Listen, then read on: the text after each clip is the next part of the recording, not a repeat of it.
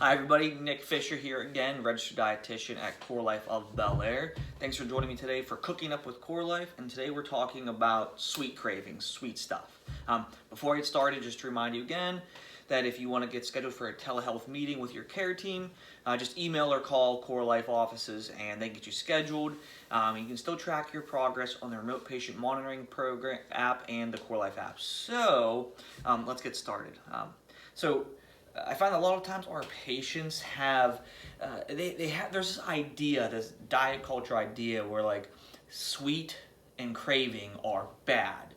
In reality, they're not. You're a human being. If you don't crave something sweet every now and then, that would probably be more abnormal.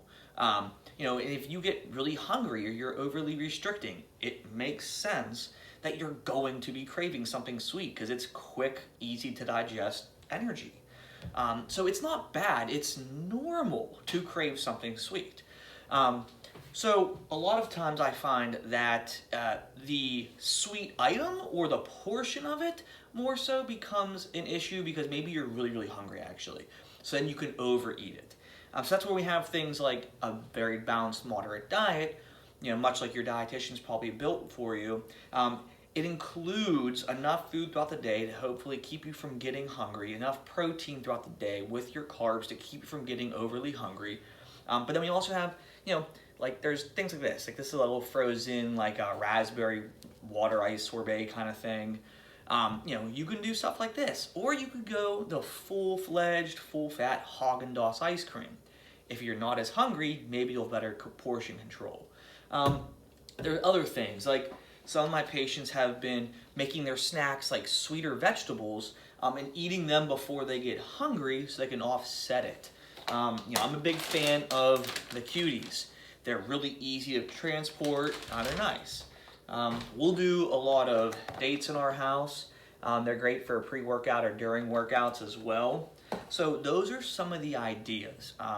Now, if I'm gonna do a dessert in my house, usually I try to make it just because I find, like I tell a lot of people, that if I actually make something, I'm less likely to overeat it. So I'm gonna show you like a modified version of like a Spanish rice pudding kind of idea. So I'm gonna turn our camera down. Okay. So what we have is, we have our rice, just regular white rice. I cooked it according to the directions. You can kind of see some of the starches are still in the pot, okay? I'm gonna turn the heat off, but basically, I'm gonna have the recipe for everybody too, but the starch is gonna keep cooking with liquid, so I'm gonna add milk with some vanilla to it, and I'm gonna add sugar and cinnamon. Again, the recipes would be up with this video, but as this keeps cooking, okay, the starches in the rice are gonna keep opening, and sometimes they cook so much they almost explode, but it creates like a really creamy texture inside in the dessert. So this one is a cinnamon sugar. I like lemon in it, so we have just a regular lemon that I zested with the smaller holes of my cheese grater, and I have chopped up dates, and I'm just gonna put them all right in. You can let this just lightly simmer, and it's going to keep thickening. You can add more or less sugar to it if you want. You can add different flavors. You don't have to do lemon and cinnamon, but this is just one that I like. So this is going to keep thickening and keep cooking, and the starches are going to open up and become creamier. Sometimes you can temper an egg and add it to it, but this recipe I've never really had to because it just keeps cooking the starches in the rice. So I'm gonna turn you back up. To give you an idea of what it really looks like when it's done, I did a real quick little batch.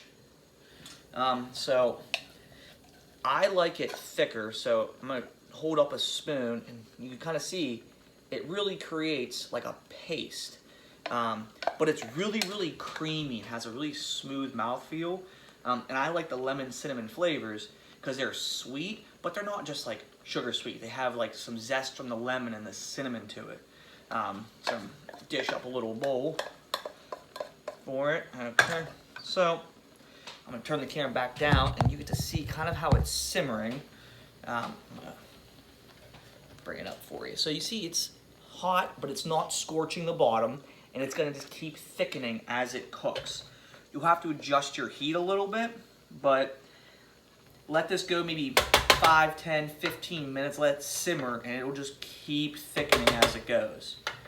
But this is my idea, this is my way of doing something sweet, but entertaining it and engaging it, so I end up eating less of it anyways, because I end up cooking it, and it's something we really enjoy. So, you know, there's a good idea to try something out, give you some new cooking ideas too. So, as always, subscribe to our CoreLife channel. Give us any feedback, comments, or things you want to see, because I'm always up for suggestions. We'll see you next time, and stay healthy.